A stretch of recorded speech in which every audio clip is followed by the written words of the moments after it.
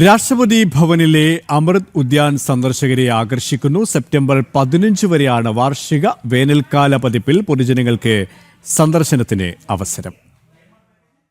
2026 അമൃത് ഉദ്യാൻ വാർഷിക വേനൽക്കാല പതിപ്പിന്റെ ഉദ്ഘാടനം രാഷ്ട്രപതി ദ്രൗപദി മുർമുവാണ് നിർവഹിച്ചത്.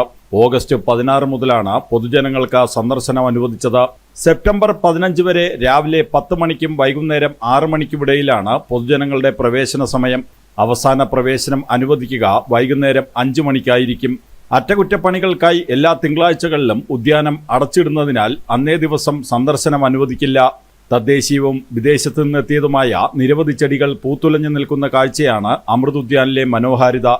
നോർത്ത് അവന്യൂ റോഡിന് സമീപമുള്ള ഗേറ്റ് നമ്പർ 35 വഴിയാണ് സന്ദർശകർക്ക് പ്രവേശനവും പുറത്തുകടക്കലും ക്രമീകരിച്ചിരിക്കുന്നത്. അമൃത് ഉദ്യാനിലേക്കുള്ള പ്രവേശനം സൗജന്യമാണ്.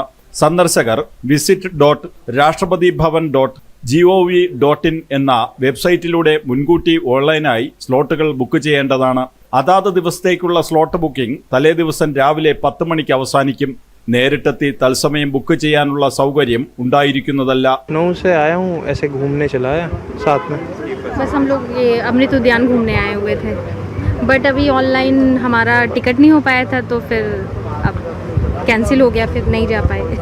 ഡൽഹി സന്ദർശിക്കുന്നവരുടെ യാത്രാ പദ്ധതിയിൽ അമൃത് ഉദ്യാനവും കൂടി ഉൾപ്പെടുത്താവുന്നതാണ്. സന്ദർശകരുടെ സൗകര്യാർത്ഥം സന്ദർശന പാതയിലുടനീളം കുടിവെള്ള കിയോസ്കുകൾ, പ്രഥമ ശുശ്രൂഷ കേന്ദ്രങ്ങൾ, മഴയിൽ നിന്ന് സംരക്ഷണം നൽകുന്നതിനുള്ള ഷെൽട്ടറുകൾ, വിശ്രമ മുറികൾ എന്നിവ സജ്ജീകരിച്ചിട്ടുണ്ട്. പ്രവേശനം അനുവദിക്കുന്ന ദിവസങ്ങളിൽ രാവിലെ 9:30 മുതൽ വൈകുന്നേരം 6 മണിവരെ ഓരോ 30 മിനിറ്റ് ഇടവിട്ടും സെൻട്രൽ സെക്രട്ടേറിയറ്റ് മെട്രോ സ്റ്റേഷനിൽ നിന്ന് അമൃത് ഉദ്യാനിലേക്കുള്ള പ്രവേശന കവാടത്തിലേക്ക് അമൃത് ഉദ്യാനിലേക്കുള്ള ഷട്ടിൽ സർവീസ് എന്ന ബോർഡുള്ള പ്രത്യേക ഷട്ടിൽ ബസ് സർവീസും ആരംഭിച്ചിട്ടുണ്ട്.